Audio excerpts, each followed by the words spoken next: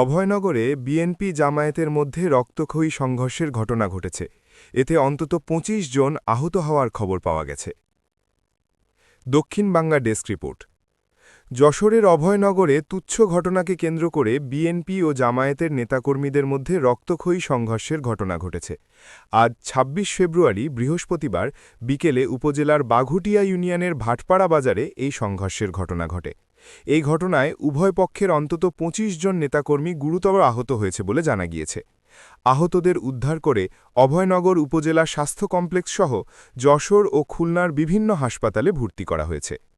স্থানীয় সূত্রে জানা যায়, গতকাল ২৫ ফেব্রুয়ারি বুধবার বিকেলে একটি তুচ্ছ বিষয় নিয়ে দুই পক্ষের মধ্যে কথা কাটাকাটি শুরু হয়। এক পর্যায়ে জামায়াতের এক কর্মীকে মারধরের ঘটনা ঘটে। এর প্রতিবাদে আজ বৃহস্পতিবার বিকেলে স্থানীয় যুব জামায়াত বিক্ষোভ মিছিলের আয়োজন করে। একই সময়ে বিএনপির নেতাকর্মীরাও পাল্টা বিক্ষোভের প্রস্তুতি নেন। পরিস্থিতি ক্রমেই উত্তপ্ত হয়ে উঠলে উভয় পক্ষের মধ্যে ধাওয়া পাল্টা ধাওয়া ও সংঘর্ষ শুরু হয়, যা পরে রক্তক্ষয়ীতে রূপ নেয়। সংঘর্ষে আহতদের মধ্যে রয়েছেন অভয়নগর উপজেলা যুবদলের যুগ্ম আহ্বায়ক ইকবাল হোসেন, যশোর জেলা ছাত্রদলের সহসাংগঠনিক সম্পাদক খালিদ হাসান, উপজেলা ছাত্রদলের যুগ্ম আহ্বায়ক মাহফুজুর রহমান ইউসুফ, বাঘুটিয়া ইউনিয়ন বিএনপির প্রচার সম্পাদক জাকির হোসেন, ইউনিয়ন যুবদল নেতা শাহিন শেখ সহ আরও অনেকে। এ ঘটনায় এলাকায় উত্তেজনা বিরাজ করছে। ওরা মিছিল নিয়ে যাচ্ছে, একদম সিম্পল বিষয়, মিছিল দিতে পারে স্বাভাবিক। হ্যাঁ, মিছিল নিয়ে যাচ্ছে, আমরা তখন দাঁড়াই রয়েছি। এর ভিতরে ইকবাল ভাইরে আজে বাজে কথা বলে আক্রমণাত্মক একটা কথা বলেছে। তখন আমি জামাতের যে আমাদের মাসুদ ভাইরে বললাম কি, ভাই আসলে আমরা তো সবাই একই সঙ্গে দীর্ঘ একটা সময় ছিলাম, কিন্তু এগুলো ছেলেদিন কথাবার্তা তো ঠিক না। তারপর এদিক থেকে কিছু লোকজন চিল্লায় উঠেছে, ওই দিক দিয়ে আমরা ২-৩ জন মাঝখানে বেড়া দিয়ে দাঁড়াইছি। দাঁড়ানোর পর ওরা মনে করেন যে একদম অতর্কিত ভাবে আমরা মসজিদের ছাদের পরে ইট মারেছে। দ্বিতীয়ত হাতুড়ি না, ওদের কাছে এই যে ছোরা ছিল, ওটা দিয়ে পিছন দিয়ে ইকবাল ভাইরে প্রথম আঘাত করে। পরে খালিদরে যখন কলার ধরে টাইনে নিয়ে যেতে গেছে, তখন আমি খালিদরে পাচা করে ধরেছি। তখন আমার মাথায় পিছন দিয়ে আর কি যে আমার মাথায় কোপ মারেছে, সে হচ্ছে রানিং মৎস্যজীবী লীগের সেক্রেটারি।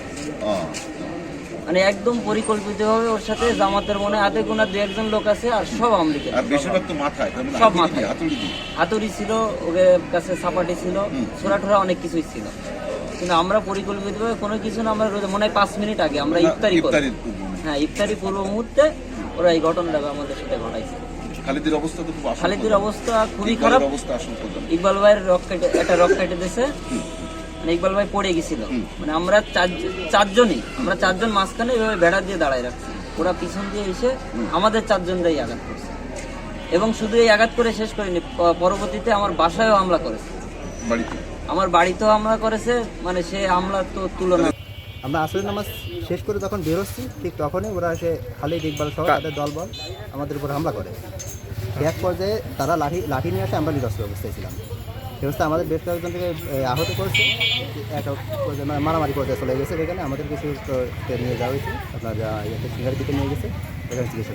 আমি মাগরিবের নামাজের পূর্বে ইফতারি সামনে থাকা অবস্থায় আমাদের ৬ নং বাগুটিয়া ইউনিয়নের নেতৃবৃন্দের কাছ থেকে কয়েকটি ফোন পেয়ে জানতে পারি যে ওখানে জামাত ইসলামের যুব বিশেষ করে জামাতের যুব নেতা তেনার নেতৃত্বে একটি লাঠি মিছিল বের হয়ে আমাদের নেতাকর্মীদের পরে হামলা করে, এবং সেখানে হামলা করায় আমাদের বেশ কিছু নেতাকর্মী আহত হয়েছে, এবং তাদের অবস্থা খুব গুরুতর।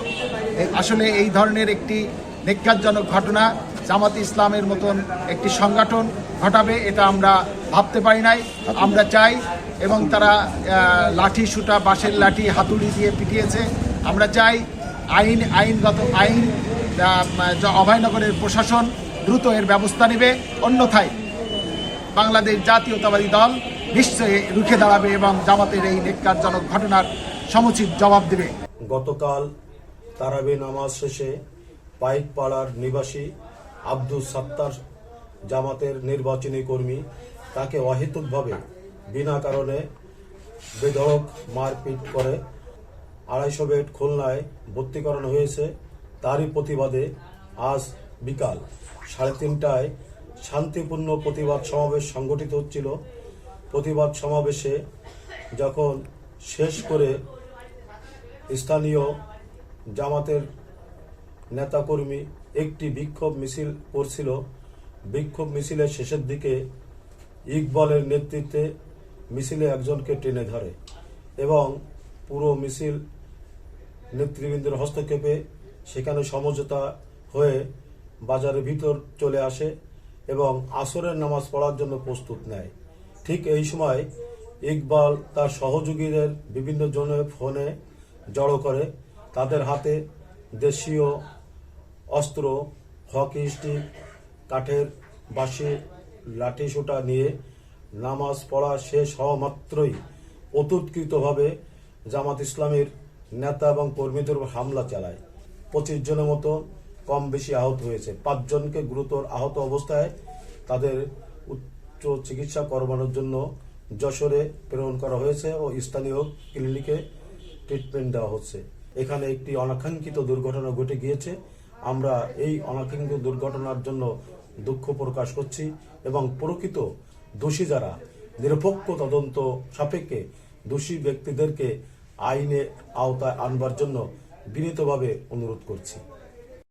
রক্তক্ষয়ী সংঘর্ষের ঘটনা সম্পর্কে অভয়নগর থানার ওসি তদন্ত মোহাম্মদ জাহিদুল ইসলাম জানান, এখানে বিষয়টা হলে আমি বলি, কবরস্থানের 2,500 টাকা বিষয় আর কি, ঠিক আছে।